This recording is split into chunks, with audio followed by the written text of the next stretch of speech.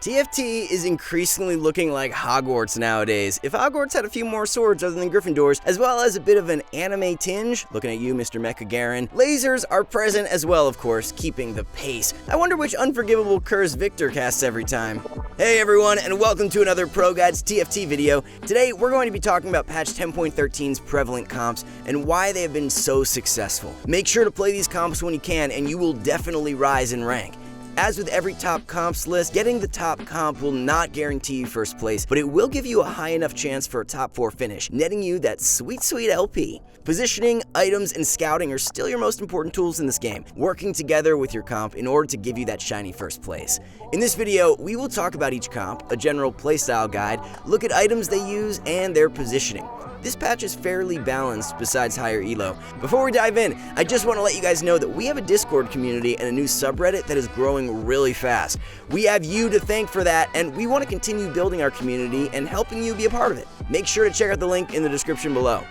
Alright, with all that said, let's dive right into our top comp for 10.13, and it is Sorcerers. Our favorite wizards, anime girls, mech monstrosities, and whatever else we have in there finally made it to the top.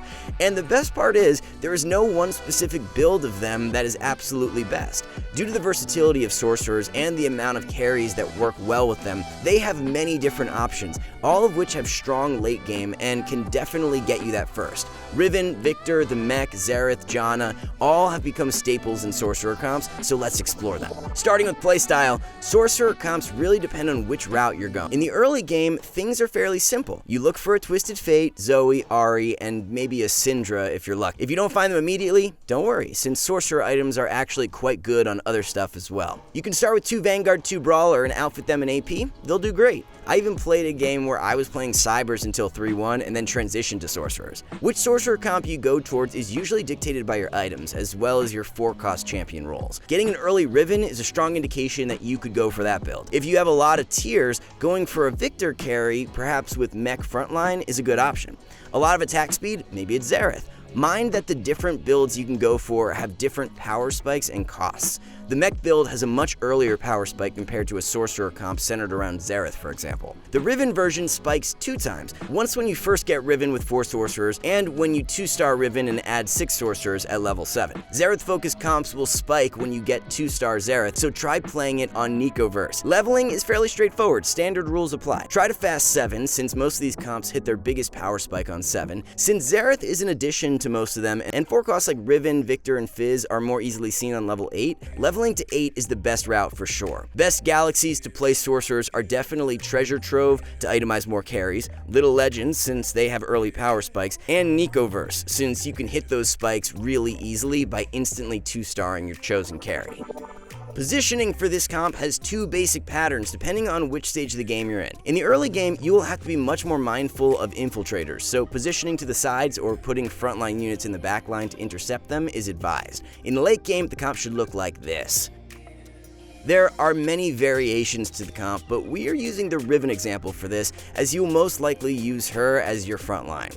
You can replace her with the Mech. Fizz is a really strong addition to the build as he gives you backline access that you do not easily have in the targeted way that Fizz provides. Gnar is another way to get backline access, as well as more frontline. Try them out for some free elo. Looking at items needed for this comp, rods. Rods. I'm kidding, you only need that many if you're going with the Riven version. Sorcerers are less traditional AP now and make good use of various items. If you get a lot of defensive stuff, you can go Mech and use Tears on Victor. If you get a lot of swords, make Shojin and give it to Victor or Janna. If you get attack speed, Xerath is a good recipient. Prioritizing Rod at the starting carousel and seeing where you go from there is usually an excellent tactic for this comp.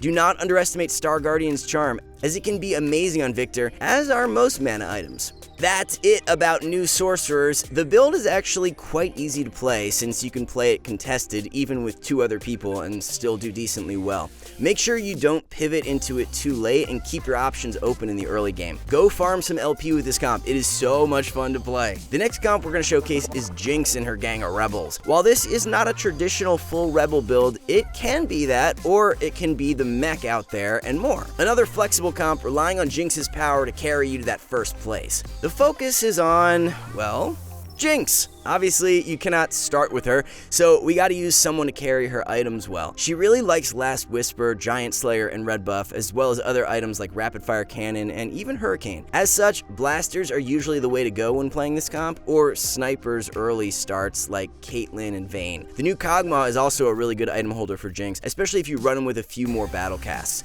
Make sure to keep any Ezreals you get, as he is one of the better units in the game right now and definitely a very important piece of Jinx's comp. His EMP is amazing and helps you gain more time for Jinx to get excited. It is important to note that Jinx is fairly similar to Kayle, where you could decide that you will play flexibly and then truly go into Jinx when you get the champion. Otherwise, you can use the items to go for another comp like Cybernetics, also use similar items. There are flexible options in the comp itself depending on spatula items you get, like Rebels, Metal, or the galaxy you're in. For example, you can go for 6 Rebels in Super Dense Galaxy, or if you get a Rebels Metal. You can even transition to Battlecast and use Battlecast's armor on Jinx, pairing her up with Kog'Maw to make some mayhem. Make sure you try out different iterations of the comp, especially its most potent version with the 4 Brawlers, 2 Blasters, 2 Ballsters, 3 Rebels, 2 Chrono.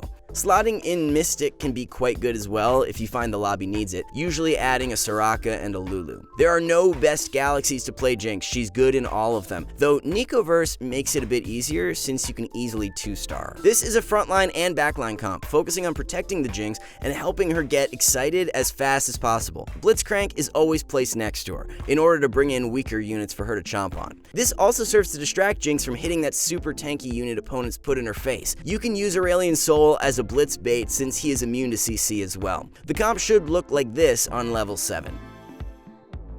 Past this point, you can start adding whatever makes sense. You can add Thresh to pull in Urgot, add Mystics, more Rebels, and more. Try different stuff out and watch Jinx blow stuff up.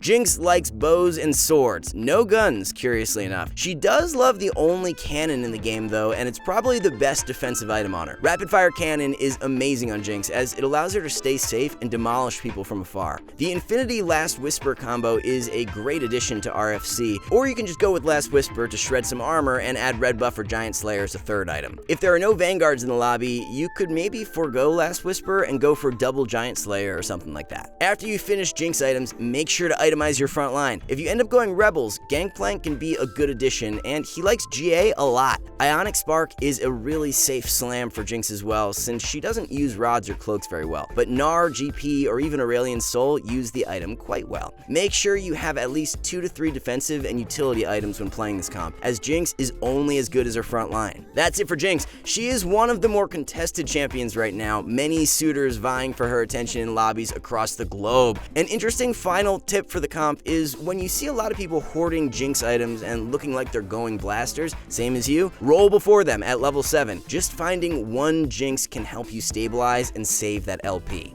I mean, we do try to cycle comps to help you guys, I don't know, learn more stuff, but honestly, Cyber's too OP. They received a very small nerf in the patch, which didn't really do much to change their dominance. The only problem with playing Cybers right now is how contested they are, especially the higher you go. Cyber's playstyle can be summed up with the word win streak. It's okay to lose a bit at the start, and Vayne does give you more power spike options, but you usually have to win streak in order to truly be successful with the comp.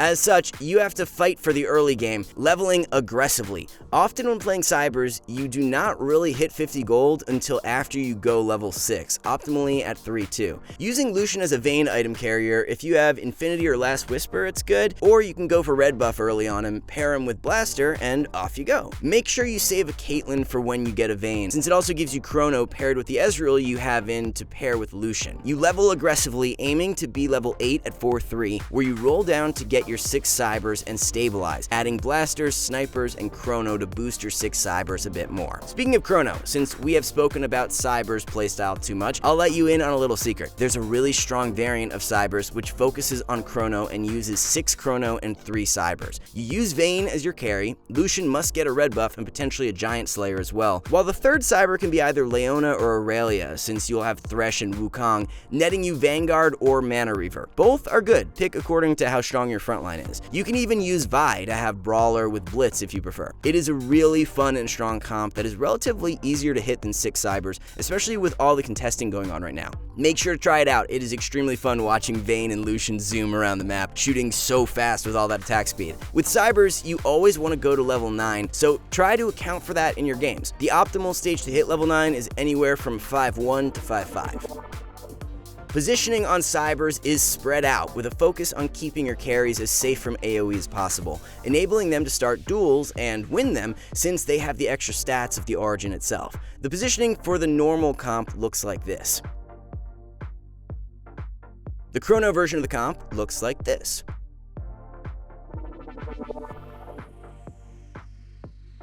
You mostly need Infinity Edge and Last Whisper for this comp. Red buff is close behind, and you can trade it from Lucian to Echo if you play the full build, or keep it on him and see him carry in the Chrono version. Other solid items are Ionic Spark for Vi, Frozen Heart for Echo or Vi, Zephyr and Shroud for Fiora and Leona, and so on. Zephyr is amazing on Cybers, especially if you have more than one, as it gives you a huge unit advantage in combat, while at the same time giving you so many stats on the unit it's on. They have started falling off in some metas and elos because people like Sorcerer too much, so maybe it's the time to start playing it. Be mindful and scout a lot, or play the Chrono version and have some fun. This comp, when played right, can be an LP printing machine, so try to master it for this patch. That's it for this video. We will be uploading every week on Wednesday and Sunday. Thanks for watching, and make sure to check out our TFT content on YouTube and our high elo coaches on ProGuides.com. If you have any feedback for us, comment below and we will be happy to read whatever you guys have to say. Now get out there and farm some LP using the comps you saw here today. We'll see you guys in the next video.